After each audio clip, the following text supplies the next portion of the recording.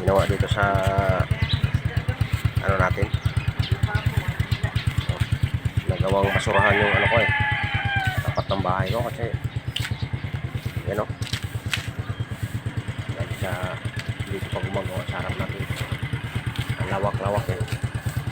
Ito pa nagkaroon ng ano, ginawang kalyer. Meron pa itong pula o, isa pa rin ito nasa karsada na, yung ginawang parking. Yan ay bawal yan sa batas, naka-obstruction yung mga sasakyan. Walang disiplina itong mga tao na to.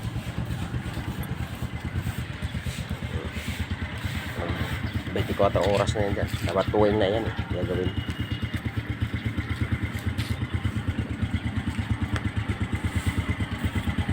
Ito, ang sikip ng daanan na oh.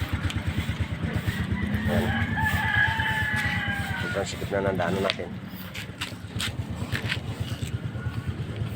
Paano makadaan yan ang malaking truck? Nandyan yung sasakyan na yan.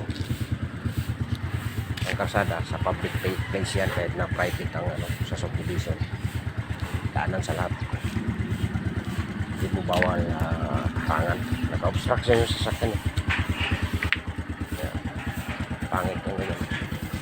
Napausawa yung pula. Ganun yung daanan din yan. Yung gusto mo sige, makadaan agad yan ay nakaparada yung pula na yan, nakaputsi.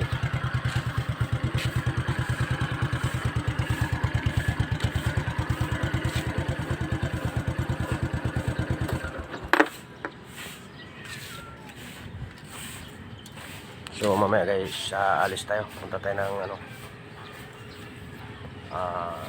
palengke. Bibili tayo ng isda. Sila, ano lang ako. Kunin ko muna sa sip.